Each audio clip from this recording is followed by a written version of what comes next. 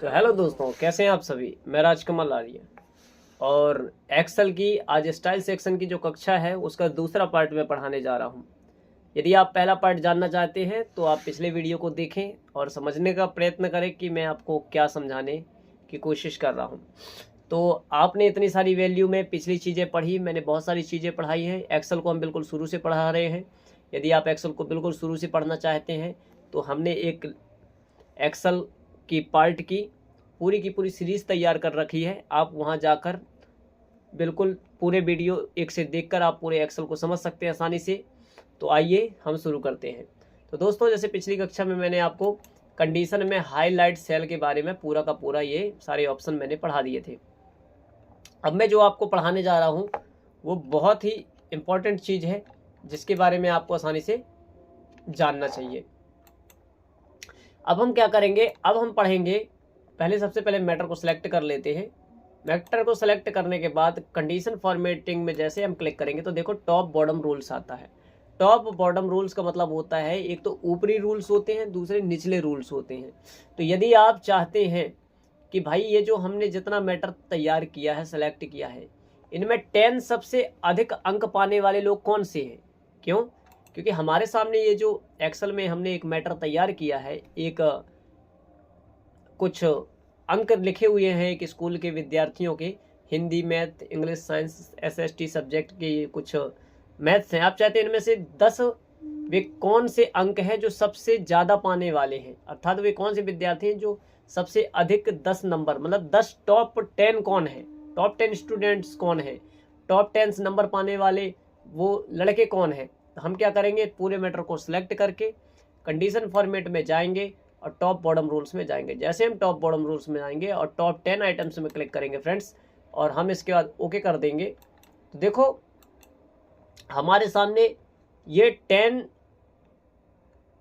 Top 10 अंक जो हैं, मार्क्स हैं, टॉप 10 मार्क्स हमारे सामने दिखाई देने लगे कि सबसे ज़्यादा 99, 95, 90, 89, मतलब ये सबसे अधिक ऊपर से टॉप 10 जो नंबर्स हैं उनका रिजल्ट हमारे सामने आ चुका है।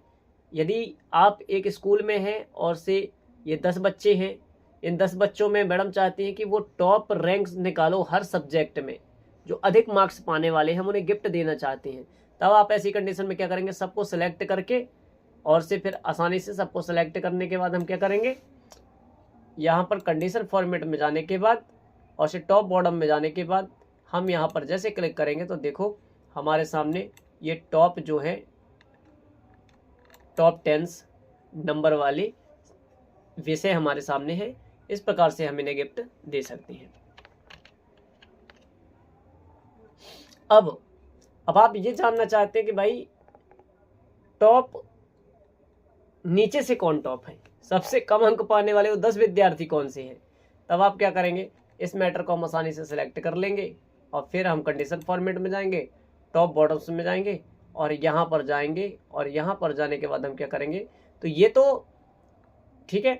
तो बॉटम के लिए यदि सबसे कम अंक पाने वाले हो गए तो इधर जाना पड़ेगा। इधर क्या है, इधर हम जैसे क्लिक करेंगे तो हमारे सामने क्या आएगा, एक ऑप्शन आएगा। इसमें हमें ये बता रहा है कि यदि प्रत्येक विषय में सबसे अधिक अंक पाने वाले विद्यार्थी कौन से हैं। तो हिंदी में हमने देखा कि हिंदी में सबसे अधिक अंक पाने वाला कौन से है, 99 नंबर, और कौन पाया, मनी पाया। मैथ में सबसे अधिक नंबर पाने वाला कौन है, वो है पायल, वो है 98 नंबर। इंग्लिश में 96 कौन है, राज है। साइंस में कौन है 96, उसका नाम क्या है, सनी।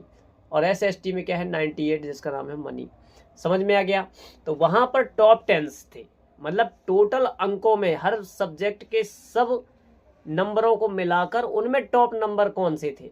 और इसमें क्या है, हर सब्जेक्ट में एक टॉप के लिए है, हर सब्जेक्ट में टॉप नंबर, अलग अलग सब्जेक्ट में टॉप लाने के लिए। मान लीजिए आप किसी स्कूल में काम कर रहे हैं, वहाँ पर कहा गया कि हिंदी, मैथ, इंग्लिश, साइंस और एसएसटी के जितने भी विद्यार्थियों ने परीक्षाएं दी हैं, प्रत्येक विषय में सबसे अधिक अंक पाने वाले विद्यार्थी का नाम बताओ, उसे हमें गिफ्ट देना है। तब आप ऐसी कंडीशन में इसका उपयोग कर सकते हैं। ठीक है, कंट्रोल जेड से हमने इसे हटा लिया और ये सिलेक्ट है।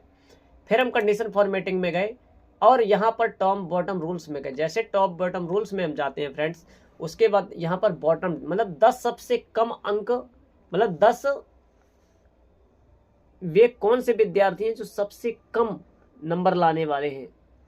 मतलब टोटल जितने भी मार्क्स मिले सबसे, वहां तो टॉप 10 थे, यहाँ पर बॉटम 10 से मतलब सबसे कम नंबर आने वाले वो 10 नंबर बताओ कौन से नंबर है। तब हम इसको क्लिक करेंगे और यहाँ पर आके हम ओके कर देंगे।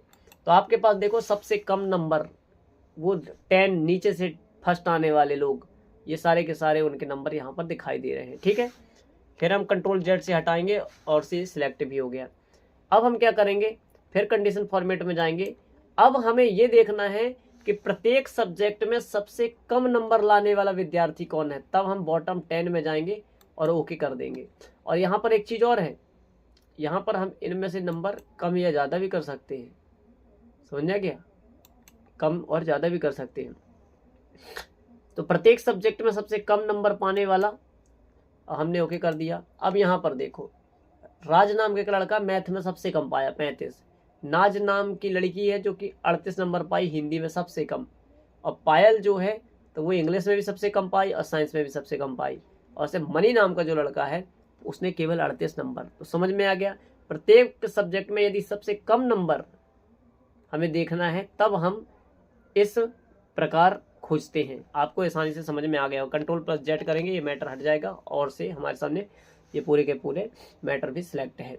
फिर हम कंडीशन फॉर्मेट में जाते हैं और टॉप में जाने के बाद एबव एवरेज। एबव एवरेज का मतलब होता है जैसे हमने यहाँ पर क्लिक कर दिया और ओके कर दिया, इससे ये पता चल गया कि ये सारी की सारी संख्याओं को यदि हम जोड़ेंगे तो हमारे पास कितना आएगा, 74 आएगा लगभग। इन सबका औसत आएगा 74। तो 74 से ऊपर जितने नंबर वाले हैं सारे के सारे औसत दिखाई दे दिया। और इसी प्रकार से इसमें भी लगभग, तो औसत जो है तो औसत से अधिक जितने नंबर हैं वो हमारे सामने दिखाई दे रहे हैं। ठीक है, औसत तो समझते होंगे, एवरेज को कहते हैं भाई औसत।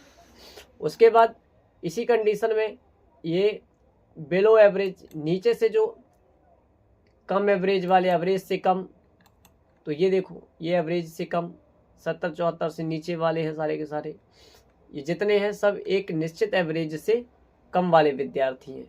ठीक है, तो आपको ये चीज आसानी से समझ में आ गई होगी फ्रेंड्स।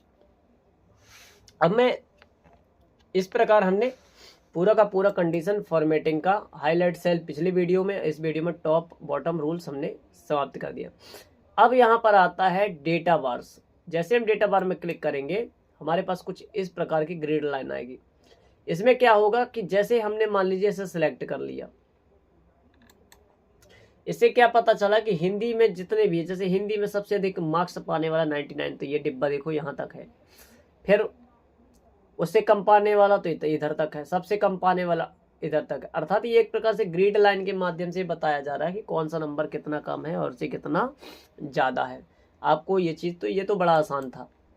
उसके बाद आप यहाँ पर आइकन्स में क्लिक करेंगे यदि, तो आइकन्स में जैसे आप जाएंगे तो आइकन्स के माध्यम से भी आप अपनी बातों को दर्शा सकते हैं।